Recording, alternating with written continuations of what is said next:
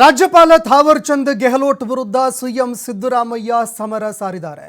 ಇದೀಗ ಕಾನೂನು ಹೋರಾಟಕ್ಕೆ ಸಿಎಂ ಸಿದ್ದರಾಮಯ್ಯ ಸನ್ನದ್ಧರಾಗಿದ್ದಾರೆ.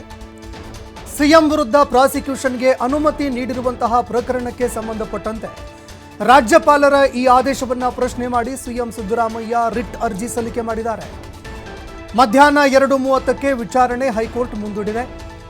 ಮಧ್ಯಾಹ್ನ 2:30ಕ್ಕೆ ವಿಚಾರಣೆ ಮುಂದುವರಿಕೆಯಾಗುತ್ತೆ. ಇನ್ನು ವಿಚಾರಣೆ ಮುಂದೂಡಿ ನ್ಯಾಯಮೂರ್ತಿ ಹೇಮಂತ್ ಚಂದನಗೌಡ ತೀರ್ಪು ಕೊಟ್ಟಿದ್ದಾರೆ. ರಿಟ್ ಅರ್ಜಿ ವಿಚಾರಣೆ ತುರ್ತಾಗಿ ಕೈಗೆತ್ತಿಕೊಳ್ಳುವಂತೆ ಸಿಎಂ ಪರ ಮನವಿ ಕೂಡ ಮಾಡಿಕೊಂಡ್ರು. ಇನ್ನು ಸಿಎಂ ಸಿದ್ದರಾಮಯ್ಯ ಪರ ವಕೀಲರು ತುರ್ತಾಗಿ ಈ ಅರ್ಜಿಯನ್ನು ಕೈಗೊಳ್ಳಬೇಕು, ತುರ್ತಾಗಿ ಈ ವಿಚಾರಣೆಯನ್ನು ಕೈಗೊಳ್ಳಬೇಕು ಅಂತ ಮನವಿ ಕೂಡ ಮಾಡಿಕೊಂಡ್ರು. ಇನ್ನು 2:30ಕ್ಕೆ ನ್ಯಾಯಾಧೀಶರು ಮುಂದೂಡಿಕೆ ಮಾಡಿದ್ದಾರೆ. ಅಷ್ಟೊಂದು ಅರ್ಜೆಂಟ್ ಏನ್ರಿ ಇದೆ, ಅಷ್ಟೊಂದು ಅರ್ಜೆಂಟ್ ಏನಿದೆ, ವಿಚಾರಣೆ ಮಾಡೋಣ ಅಂತ ನ್ಯಾಯಾಧೀಶರು ಜಡ್ಜ್ಗೆ ಪ್ರಶ್ನೆ ಮಾಡಿದ್ದಾರೆ. ಮಧ್ಯಾಹ್ನ 2:30ಕ್ಕೆ ಅರ್ಜಿಯ ವಿಚಾರಣೆಯನ್ನು ನ್ಯಾಯಮೂರ್ತಿ ಹೇಮಂತ್ ಮುಂದೂಡಿಕೆ ಮಾಡಿದ್ದಾರೆ.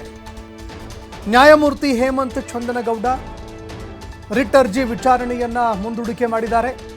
ಮಧ್ಯಾಹ್ನ 2:30ಕ್ಕೆ ಈ ಪ್ರಕರಣಕ್ಕೆ ಸಂಬಂಧಪಟ್ಟಂತೆ ವಾದ ಪ್ರತಿವಾದ ನಡೆಯುತ್ತೆ, ವಿಚಾರಣೆ ನಡೆಯುತ್ತೆ. ವಿಚಾರಣೆಯಲ್ಲಿ ನ್ಯಾಯಮೂರ್ತಿಗಳ ಮುಂದೆ ಏನೆಲ್ಲ ವಿಷಯಗಳನ್ನು ಪ್ರಸ್ತಾಪ ಮಾಡ್ತಾರೆ, ಯಾವ ರೀತಿಯಾಗಿ ವಿಚಾರಣೆಯನ್ನು ಮುಂದೆ ಅಡಿ ಇಡ್ತಾರೆ ಅನ್ನುವಂಥದ್ದನ್ನು ಕೂಡ ಕಾದು ನೋಡಬೇಕಾಗತ್ತೆ.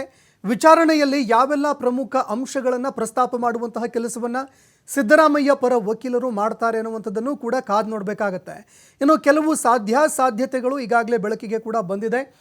ಮೊಟ್ಟ ಮೊದಲನೇದಾಗಿ ಸಿಎಂ ಸಿದ್ದರಾಮಯ್ಯ ಅವರು ಈ ಪ್ರಕರಣದಲ್ಲಿ ತಮ್ಮ ಪ್ರಭಾವ ಬಳಸಿದ್ದಾರೆ.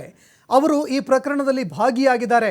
ಸೈಟ್ಗಳನ್ನು ಪಡೆದುಕೊಳ್ಳೋದಕ್ಕೆ ಸಿದ್ದರಾಮಯ್ಯ ಅವರು ತಮ್ಮ ಅಧಿಕಾರವನ್ನು ದುರ್ಬಳಕೆ ಮಾಡಿಕೊಂಡಿದ್ದಾರೆ ಅನ್ನೋದಕ್ಕೆ ನೇರ ಯಾವುದೇ ಪುರಾವೆಗಳು ಲಭ್ಯ ಇಲ್ಲ. ಪುರಾವೆಗಳಿದ್ದರೆ ಎಲ್ಲಿದೆ ಹಾಗಾದರೆ? ಇನ್ನು ಅದೇ ರೀತಿಯಾಗಿ ತರಾತುರಿಯಲ್ಲಿ ರಾಜ್ಯಪಾಲರು ಈ ಒಂದು ವಿಷಯಕ್ಕೆ ಸಂಬಂಧಪಟ್ಟಂತೆ, ಈ ಪ್ರಕರಣಕ್ಕೆ ಸಂಬಂಧಪಟ್ಟಂತೆ ಪ್ರಾಸಿಕ್ಯೂಷನ್ಗೆ ಅನುಮತಿ ಕೊಟ್ಟಿದ್ದಾರೆ. ಯಾಕಂದರೆ ಪ್ರಕರಣಕ್ಕೆ ಸಂಬಂಧಪಟ್ಟಂತೆ ಏನಾದರೂ ತನಿಖೆಯಾಗಿ ವರದಿ ಏನಾದರೂ ಬಂದಿತ್ತಾ, ಅಥವಾ ಭ್ರಷ್ಟಾಚಾರದಲ್ಲಿ ಸಿಎಂ ಅವರು ತೊಡಗಿದ್ದಾರೆ ಅಂತ ಯಾವುದಾದ್ರೂ ತನಿಖೆ ಏನಾದರೂ ಆಗಿತ್ತಾ? ಏನೂ ಆಗದೆ ಅವರು ತರಾತುರಿಯಲ್ಲಿ ಕೊಟ್ಟಿರೋದು ಯಾಕೆ? ಇನ್ನು ಅದೇ ರೀತಿಯಾಗಿ ಬೇರೆ ಬೇರೆ ರಾಜ್ಯಗಳಲ್ಲಿ ನೋಡಿದಾಗಲೂ ಕೂಡ ರಾಜ್ಯಪಾಲರು BJPಯೇತರ ಸರ್ಕಾರಗಳನ್ನು ಅಸ್ಥಿರಗೊಳಿಸೋದಕ್ಕೆ ಪ್ರಯತ್ನವನ್ನು ಮಾಡ್ತಾ ಇದ್ದಾರೆ.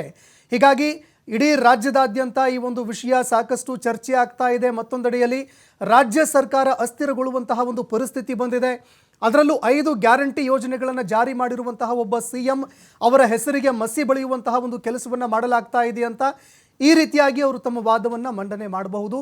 ಇನ್ನು ಅದೇ ರೀತಿಯಾಗಿ ನ್ಯಾಯಮೂರ್ತಿಗಳು ಈ ವಿಷಯಕ್ಕೆ ಸಂಬಂಧಪಟ್ಟಂತೆ ಪ್ರಾಸಿಕ್ಯೂಷನನ್ನು ರದ್ದು ಮಾಡ್ತಾರೋ ಇಲ್ವೋ, ಪ್ರಮುಖವಾಗಿ ಬೇಕಾಗಿರುವಂಥದ್ದು ಪ್ರಾಸಿಕ್ಯೂಷನ್ ರದ್ದು ಮಾಡ್ತಾರಾ ಇಲ್ವಾ? ಒಂದು ವೇಳೆ ಪ್ರಾಸಿಕ್ಯೂಷನ್ಗೆ ಅನುಮತಿ ಕೊಟ್ಟಿರುವಂಥದ್ದನ್ನು ನ್ಯಾಯಮೂರ್ತಿಗಳು ಏನಾದರೂ ರದ್ದು ಪಡಿಸದೇ ಇದ್ದರೆ ಸಿಎಂ ಸಿದ್ದರಾಮಯ್ಯ ಅವರ ವಿರುದ್ಧ ಕಾನೂನು ಕ್ರಮ ಕೈಗೊಳ್ಳೋದಕ್ಕೆ ಅಂತ ಅವಕಾಶ ಸಿಕ್ಕಾಗತ್ತೆ. ಆ ಸಂದರ್ಭದಲ್ಲಿ ಅವರು ರಾಜೀನಾಮೆ ಕೊಡುವಂತಹ ಪ್ರಸಂಗ ಬರಬಹುದು.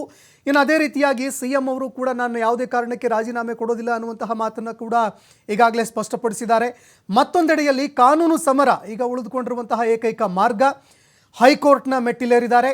ಪಿಟಿಷನ್ ಕೂಡ ಫೈಲ್ ಆಗಿದೆ. ಇನ್ನು ವಿಚಾರಣೆಗೆ ಕೂಡ ಬರಬೇಕು. 2:30ಕ್ಕೆ ವಿಚಾರಣೆ ಆಗುತ್ತೆ. ಇಲ್ಲಿ ನ್ಯಾಯಮೂರ್ತಿ ಹೇಮಂತ್ ಚಂದನಗೌಡ ಅವರು ವಕೀಲರಿಗೆ ಪ್ರಶ್ನೆ ಮಾಡುವಂತಹ ಕೆಲಸವನ್ನು ಮಾಡಿದ್ರು. ಯಾಕೆ ಇಷ್ಟೊಂದು ತರಾತುರಿ, ತುರ್ತಾಗಿ ಕೈಗೆತ್ತಿಕೊಳ್ಳುವಂತಹ ಪರಿಸ್ಥಿತಿ ಏನಿದೆ ಅಂತ ಮುಂದೂಡಿಕೆ ಮಾಡುವಂತಹ ಕೆಲಸವನ್ನು ಮಾಡಿದ್ದಾರೆ. ಮಧ್ಯಾಹ್ನ 2:30ರವರೆಗೆ ಏನಾಗುತ್ತೆ ಅನ್ನುವಂಥದ್ದನ್ನು ಕಾದು ನೋಡಬೇಕಾಗತ್ತೆ.